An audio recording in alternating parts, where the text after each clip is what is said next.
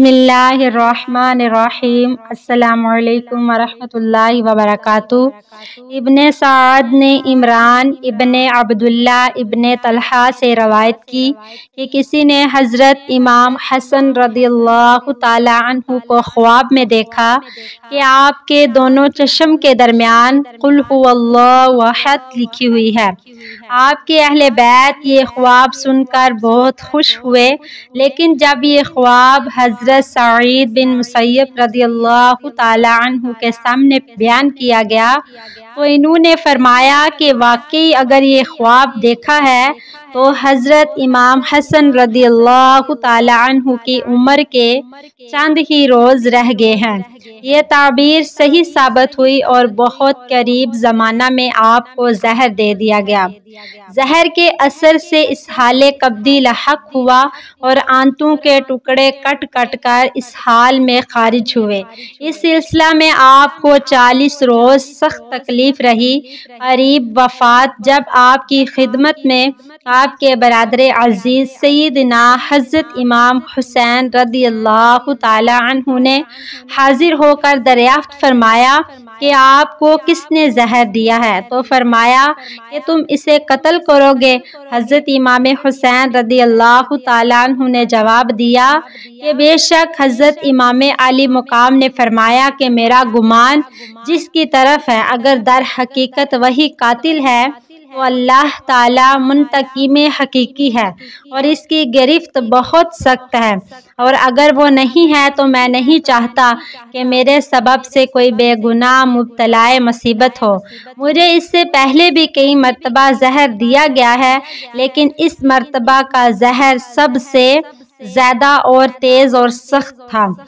हज़रत इमाम हसन रज़ियल्लाहु ताला अन्हु की करामत और मंजिलत कैसी बुलंदो बाला है कि आप अपने आप सख्त तकलीफ में मुब्तला हैं। आंतें कट कट कर निकल रही हैं, नज़ा की हालत है, मगर इंसाफ का बादशाह इस वक्त भी अपनी अदालत और इंसाफ का ना मिटने वाला नक्श सफ़ाए तारीख पर सिबत फरमाता है कि इसकी इख्तियार इजाज़त नहीं देती कि जिसकी तरफ गुमान है इसका नाम भी लिया जाए। इस वक्त आपकी उम्र 45 साल 6 माह चंद रोज़ की थी कि आपने 5वीं रबीउल अव्वल 49 हिजरी को इस दारे नपैद से मदीना तैयबा में रहलत फरमाई। वफ़ात के करीब हज़रत इमाम हुसैन रज़ियल्लाहु ताला अन्हु ने देखा कि इनके बरादर मोहतरम हज़रत इमाम हसन रज़ियल्लाहु ताला अन्हु को घबराहट और बेकरारी ज़्यादा है और आप सिमाए मुबारक पर हुज़्न व मलाल के आसार नमूदार हैं। ये देखकर हज़रत इमाम हुसैन रज़ियल्लाहु ताला अन्हु ने तस्कीन खातिर मुबारक के लिए अर्ज़ किया कि ए बरादर गिरामी, आप क्यों रंजीदा हैं? बेकरारी का क्या सबब है? मुबारक हो आपको अनकरीब हजूर पर नूर सैयद आलम सल्लल्लाहु अलैहि वसल्लम की खिदमत में बारियाबी हासिल होगी। और हज़रत अली मुर्तज़ा रज़ियल्लाहु ताला अन्हु और हज़रत खतीजातुल कुबरा और हज़रत सैयदिना फातिमातुज़ ज़हरा और हज़रत कासिम व ताहिर और जाफिर और हमजा रज़ियल्लाहु ताला अन्हु का दीदार नसीब होगा। हज़रत इमाम हसन रज़ियल्लाहु ताला अन्हु ने फरमाया कि ए बरादर अजीज, मैं कुछ ऐसे अमर में दाखिल होने वाला हूँ जिसकी मिसल अब तक दाखिल नहीं हुआ था, और खल्क़े इलाही अज़्ज़ व जल में ऐसी खुल्क़ को देखता हूँ जिसकी मिसल मैंने कभी किसी को नहीं देखा। इसके साथ ही आपने हज़रत इमाम हुसैन रज़ियल्लाहु ताला अन्हु के पेश आने वाले वाक़यात और कुफियों की बदसलीकी और अज़ार एहसानी का भी तज़किरा किया। और मज़कूरा बाला इरशाद मुबारक से मालूम होता है कि इस वक़्त आपकी नज़र के सामने करबो बला का होलनाक मंजर और हज़रत इमाम हुसैन रज़ियल्लाहु ताला अन्हु की تنہائی کا نقش پیش تھا اور کوفیوں کے مظالم کی تصویریں آپ کو غمگین کر رہی تھیں۔ اس کے ساتھ آپ نے یہ بھی فرمایا کہ میں نے ام المومنین حضرت عائشہ صدیقہ رضی اللہ تعالی عنہا سے درخواست کی تھی کہ مجھے روضہ طاہرہ میں دفن کی جگہ عنایت ہو جائے۔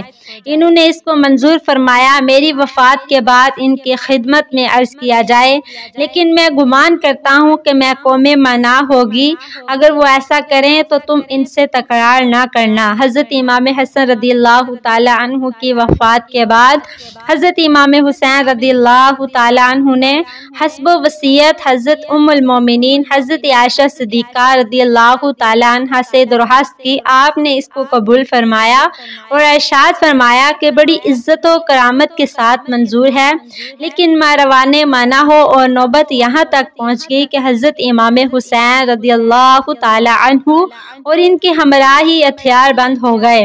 حضرت ابو ہریرہ رضی اللہ تعالی عنہ نے انہیں بھائی کی وصیت یاد دلا کر واپس کیا اور یہ فرزند رسول جگر گوشہ بطول بقیع شریف میں اپنی والدہ محترمہ حضرت سیدنا خاتون جنت کے پہلو میں مدفون ہوئے۔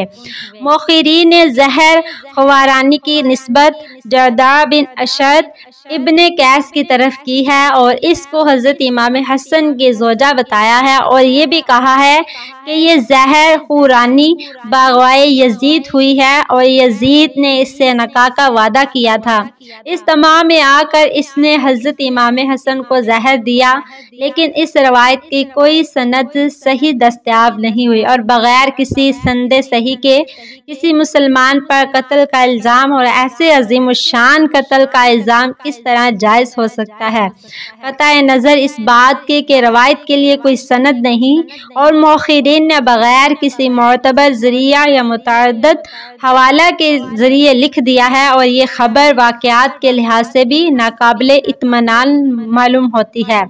واقعات کی تحقیقات خود واقعات کے زمانہ جیسی ہو سکتی ہے، مشکل ہے کہ بات کو ویسی تحقیق ہو کر خاص ہو کر جبکہ واقعہ اتنا اہم ہو، مگر حیرت ہے کہ اہل بیت اطہار کے اس امام جلیل کا قتل، اس قاتل کی خبر غیر کو کیا ہوتی، خود حضرت امام حسین رضی اللہ تعالی عنہ کو پتہ نہیں ہے۔ یہی تاریخیں بتاتی ہیں کہ وہ اپنے برادر معظم سے زہر دہندہ کا نام اور دریافت فرماتے ہیں۔ اس سے صاف ظاہر ہے کہ حضرت امام حسین رضی اللہ تعالی عنہ کو زہر دینے والے کا علم نہ تھا۔ اب رہی بات یہ کہ حضرت امام حسن رضی اللہ تعالی عنہ نے کسی کا نام لیتے انہوں نے ایسا نہیں کیا، تو اب جرداء کو قاتل ہونے کے لیے معین کرنے والا کون ہے؟ حضرت امام حسین رضی اللہ تعالی عنہ کو یا آمین کی